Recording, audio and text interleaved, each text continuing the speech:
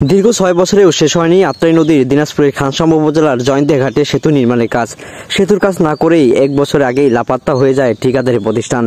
জানা যায় ২০১৮ সালে ২৫শে সেপ্টেম্বর স্থানীয় সরকার প্রকৌশলী অধিদপ্তর এলজিডি জয়ন্তিয়া ঘাটের ৪৪ কোটি ১৬ লাখ টাকা ব্যয়ে ৪৫০ মিটারের দৈর্ঘ্য সেতু নির্মাণের কাজ শুরু করেন।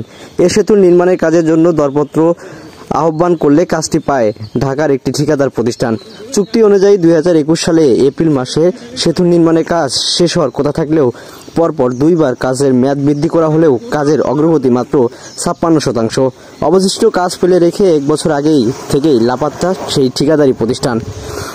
এলজিডি সূত্রে জানা গেছে, সেতু নির্মাণের প্রকল্পের আওতায় বীরগঞ্জ উপজেলার পাল্টাপুর ইউনিয়নের মধুবনপুর ও খানসামা উপজেলার খামারপাড়া ইউনিয়নের চেহেলগাজী এলাকার আত্রাই নদীর জয়ন্তিয়া ঘাটের ২০১৮ সালে ২৫শে সেপ্টেম্বর এই সেতুর নির্মাণ কাজ শুরু হয়।